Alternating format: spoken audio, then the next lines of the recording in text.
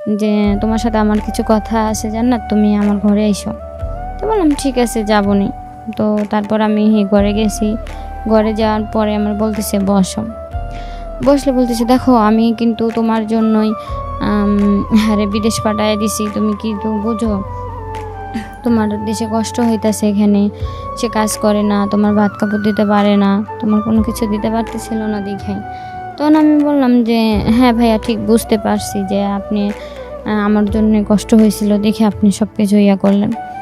তো যখন এই কথা বললাম, তো আস্তে আস্তে আমার ভাসুরে আমার কাছে বসে বলতেছে যে আমার ভাই তো বিদেশে রয়েছে, তুমি এখন কেমনে থাকবা? তোমার দেখাশোনার সব দায়িত্ব তো আমার উপরে। আমি বললাম হ্যাঁ, আপনার উপরে সব দেখাশোনার দায়িত্ব, তো আমি কি করতে পারি তার জন্য? তখন এক কথায় বলতে বলতে আমার ভাসুর আমার সাথে অনেক জোর জব্বর করে আমার সাথে শারীরিক সম্পর্ক করে। আসসালামু আলাইকুম, আমার নাম জান্নাত, আর আমি এখন আসছি আপনাদের মাঝে কুষ্টিয়া থেকে।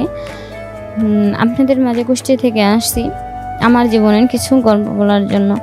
আসলে আমার ফ্যামিলিতে, আমার শ্বশুর বাড়িতে 3জন লোক থাকতাম আমরা। আমার শ্বশুর ছিল না, ভাসুর, আমার স্বামী, আমার শাশুড়ি। তো আমার স্বামী বাংলাদেশে কোনো কাজ টাজ করে না, ঘুরে ফিরে খায় দিকে। আমার ভাসুরে বলল যে দেখো ওরে বিদেশ পাঠায় দিই, তাহলে ভালো হবে। ও তো এখন অনেক ইনকাম করতে পারবে, কারণ বাংলাদেশে থাকে তো কোনো কাজ টাজ করতেছে না। তো বললাম ঠিক আছে পাঠায় দেন, পাঠায় দিলে তো আর কোনো সমস্যা নাই। তখন সে ব্যাংকে থেকে টাকা উঠাইলো, জমি বন্ধক রাখলো, নানানভাবে সব কিছু কইরা তা আমার স্বামীকে বিদেশ পাঠিয়ে দিল। আসলে তার মেন উদ্দেশ্য ছিল যে আমার স্বামী যদি বিদেশ যাইতো, সে আমার উপর একটা আকর্ষণ ছিল, তো ওই আকর্ষণটা সে কাজ করবে বাধ্য। যখন আমার স্বামীকে বিদেশ দেওয়ার পরে 1 মাস ভালোই থাকলো, আমার শাশুড়ি হঠাৎ করে একদিন আমার নন্দের বাড়িতে চলে গেল। নন্দের বাড়িতে যাওয়ার পরে আমার স্বামী যখন ফোনে কথা বলতে পারি না, আমি আমার ভাসুরকে বললাম যে ভাই আপনার ফোনটা দেন, আপনার ভাইয়ের সাথে আমি কথা বলবো। তখন বলছে ঠিক আছে নিয়ে যাও। পরে একদিন কথা বললাম ফোনে, এমতে কথা বলার পরে আমার স্বামীকে বললাম কেমন আছো, ভালো, সব কিছু সুন্দর মতো যাচ্ছিল। আমার ভাসুরে হঠাৎ করে আমার বলতেছে, একদিন রাত্রিরে ফোন দিছি, ঘরে দেওয়ার পর বলতেছে যে তোমার সাথে আমার কিছু কথা আছে জান্নাত, তুমি আমার ঘরে এসো। তো বললাম ঠিক আছে যাবনি। তো তারপর আমি ঘরে গেছি। ঘরে যাওয়ার পরে আমার বলতেছে বসো। বসলে বলতেছে দেখো আমি কিন্তু তোমার জন্যই হ্যারে বিদেশ পাঠায় দিছি, তুমি কি তো বুঝো?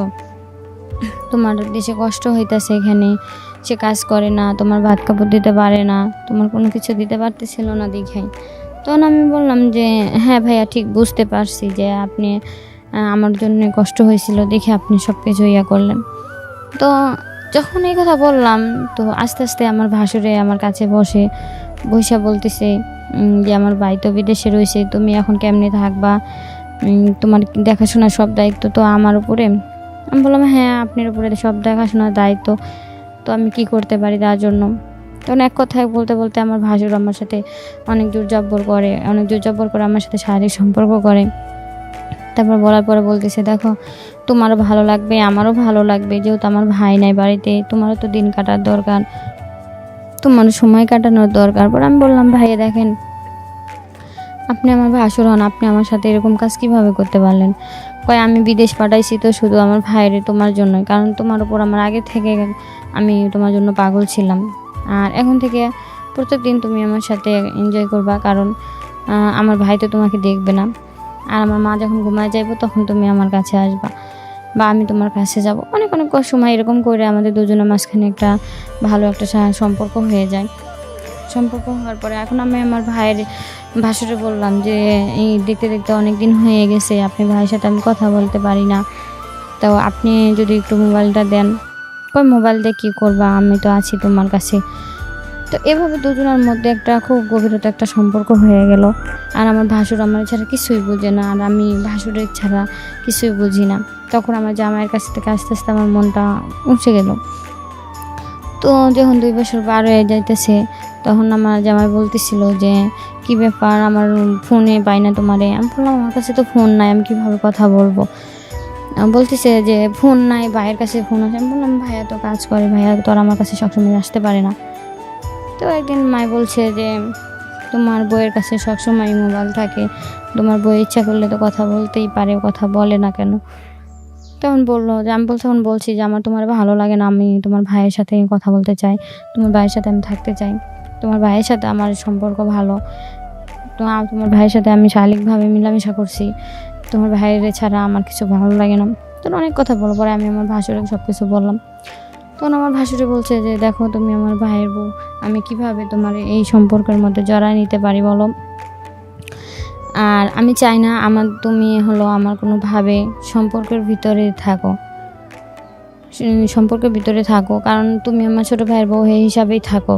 কারণ আমি বলছি আপনি আমার সাথে এতদিন জোর করে সব কিছু করছেন, কেন করছেন? তাহলে আপনি আমার জীবনটা কেন নষ্ট করে দিলেন? যদি সব কিছু নাই পারেন তাহলে কেন এরকম করলেন? পরে এটা নিয়ে আমি আমার ভাসুরের সাথে অনেক কথা কাটাকাটি করলাম।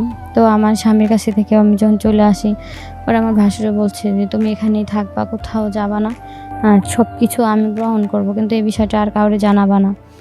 যতদিন ও আসে না ততদিন তুমি আমার সাথে মেলামেশা করবা, তুমি মজা পাবা, আমি মজা পাবো, এনজয় করবো দুজনে।